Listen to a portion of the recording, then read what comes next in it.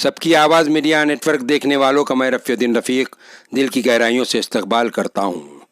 جو حوصلہ آپ نے دیا، جس طریقے سے آپ نے ہماری ویڈیوز کی پذیرائی کی، اس سے ہمیں حوصلہ ملا۔ ایک نئی اسٹوری کے ساتھ اورنگزیب کی توپ کہاں ہے، کس حال میں ہے، آج ہم حاضر ہیں۔ توپوں کی تاریخ مغلوں سے جڑی ہوئی ہے۔ بابر نے پانی پت کی جنگ میں توپوں کا استعمال کیا۔ اورنگ آباد اور اطراف و اکناف میں بے شمار توپیں ہیں۔ قلعہ دولت آباد میں ایک اندازے کے مطابق 350 توپیں ہیں۔ مغلیہ دور کی توپیں ہیں۔ نظام آف احمد نگر کے دور کی توپیں ہیں۔ ملک عنبر کی دور کی توپیں ہیں۔ مغلوں نے توپوں کو یہاں لا کر رکھا اور حملوں میں کام لیا ان توپوں سے۔ اسی طریقے سے نظام آف حیدرآباد کے دور کی بھی کچھ توپیں یہاں ملتی ہے۔ قلعہ دولت آباد تاریخی قلعہ ہے اور دفاعی ڈیفینسیو نقطۂ نظر سے بھی بہت اہمیت کا حامل ہے۔ 3 جانب پہاڑ اس قلعے کا دفاع کرنے میں سکشم یا مستعد ہے۔ اس کے باوجود اتنی بڑی تعداد میں توپوں کا یہاں موجود ہونا اس بات کی طرف اشارہ کرتا ہے کہ اس قلعے پر کتنی نظر دشمنوں کی رہی ہوگی۔ قلعہ دولت آباد میں چھوٹی بڑی کئی توپیں ہیں۔ قلعہ دولت آباد کے جب ہم داخل ہوتے اندر، وہیں پر یہ ایک توپ ہے، دیکھیے، جس کے اوپر جو ہے تو اور ان کا باضابطہ ریکارڈ رکھا جاتا تھا نظام آف حیدرآباد کے دور میں بھی۔ قلعہ دولت آباد جس کو بھیلم راجا نے بنایا تھا، آباد کیا تھا، یادو دور حکومت میں سمندروں تک دولت آباد دیوگری کی حکومت پھیلی ہوئی تھی۔ راجا بھیلم نے دیوگری کے پہاڑ کو 1187 میں قلعے میں تبدیل کیا۔ دیوگری اس کا قدیم نام ہے۔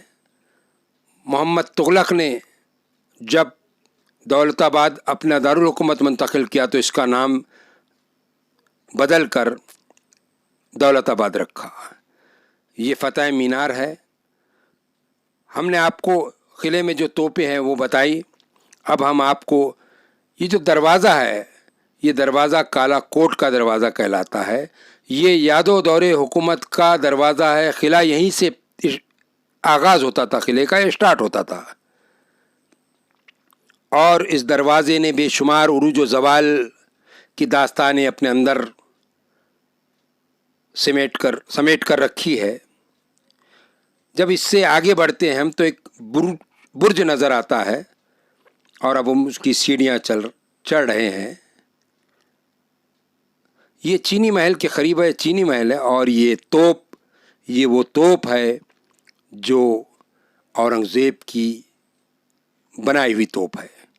اورنگزیب کے دور حکومت میں اس توپ کو محمد حسین عمل عرب نے ڈھالا تھا۔ یہ 5 دھاتی توپ ہے۔ ایک اندازے کے مطابق 18 سے 20 فٹ اس کا طول ہے۔ اس کا دہانہ جو سوراخ ہے، اور یہ سوراخ کے اوپر لکھا ہوا ہے نصر من اللہ فتح القریب وبشر المومنین فاللہ خیر الحافظہ۔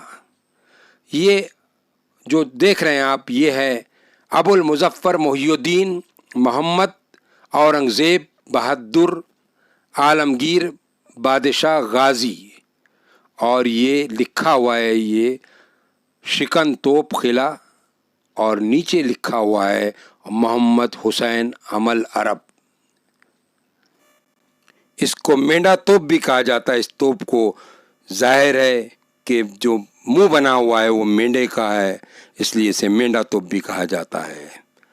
5 دھات کی یہ توپ قلعہ دولت آباد میں ایک مضبوط توپ ہے۔ قلعہ دولت آباد اورنگ آباد سے 12 کلومیٹر یا 13 کلومیٹر کی دوری پر واقع ہے، اور اورنگ آباد مہاراشٹرا میں، اور مہاراشٹرا انڈیا یا ہندوستان میں واقع ہے۔ قلعہ دولت آباد کو دیکھنے کے لیے بے شمار سیاح آتے ہیں، اور اس عظیم توپ کو، جو سب سے بڑی توپ ہے قلعے کی، یا سب سے مضبوط اور طاقتور توپ ہے، اس کو ضرور دیکھتے ہیں۔ چینی محل جو بہت سی تاریخ اپنے اندر رکھتا ہے، اسی کے قریب یہ واقع ہے۔ سامنے آپ کو مینار نظر آ رہا ہے، یہ فتح مینار دولت آباد ہے۔ آپ دیکھیے توپ کتنی مضبوط ہے اور کتنی جنگوں میں اس نے ساتھ دیا ہوگا اپنی فوج کا۔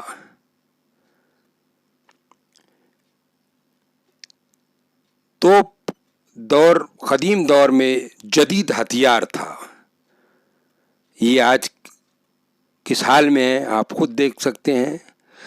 دولت آباد قلعے کے برج پر یہ رکھی ہوئی ہے۔ اس کے علاوہ اور بھی توپیں ہیں، جیسا کہ ہم نے پہلے بتایا۔ قلعہ دولت آباد ابتدا میں یادو خاندان کے پاس اس کی حکومت رہی۔ خلجیوں نے اس کو فتح کیا، علاؤدین خلجی نے۔ خلجیوں کے خاتمے کے بعد اس قلعے پر تغلقوں کا قبضہ رہا، اور محمد تغلق نے 1327 میں اس قلعے میں یا دولت آباد کو راجدھانی بنایا ہندوستان کی، اور اس کا نام، جیسا کہ میں پہلے کہہ چکا، پہلے اس کا نام قطب الاسلام رکھا اور پھر دولت آباد۔ تو دولت آباد کا نام کبھی قطب آباد رہا، پہلے دیوگری تھا، پھر قطب آباد ہوا، پھر قطب الاسلام ہوا، اور پھر جو ہے اس کا نام دولت آباد پڑا، اور آج تک یہ دولت آباد ہی رہا۔ دیوگری کا مضبوط قلعہ جو ناقابل تسخیر ہے، جس کو سوائے ملک کافور کے کوئی بزور شمشیر جیت نہیں سکا یا طاقت کی بوتے پر جیت نہیں سکا، یہ وہی قلعہ ہے، اور وہاں پر رکھی ہوئی یہ توپ ہے۔ اب ہم آپ کو ایک دوسری توپ بتاتے ہیں جو بالۂ حصار یا بالۂ انصار پر ہے۔ یہ سب سے بڑی توپ ہے طول میں یا لمبائی میں۔ یہ مینڈا توپ سے بھی طویل ہے، اور یہ سامنے مینار، اور یہ پہاڑی سلسلہ دولت آباد کا، اور کسی زمانے میں بغداد اور قاہرہ کے برابری رکھنے والا شہر آج ایک سمٹ کر چھوٹا سا قصبہ بن گیا۔ کسی زمانے میں اپنے عروج پر جو شہر تھا، آج وہ چھوٹا سا دیہات بن گیا، اور بے شمار تاریخ اپنے اندر لیے ہوئے ہے۔ بالۂ حصار سے میں آپ سے اجازت چاہتا ہوں، اس وعدے کے ساتھ کہ پھر ملیں گے کسی نئی اسٹوری کے ساتھ، کسی نئی تاریخی اسٹوری یا اسپیشل اسٹوری کے ساتھ۔ جب تک کے لیے مجھے اجازت دیجیے۔ اس چینل کو سبسکرائب کیجیے۔ ہمارے ویڈیوز اگر آپ کو پسند آتے ہیں تو ان کو شیئر کیجیے، لائک کیجیے، اس پر تبصرے کیجیے۔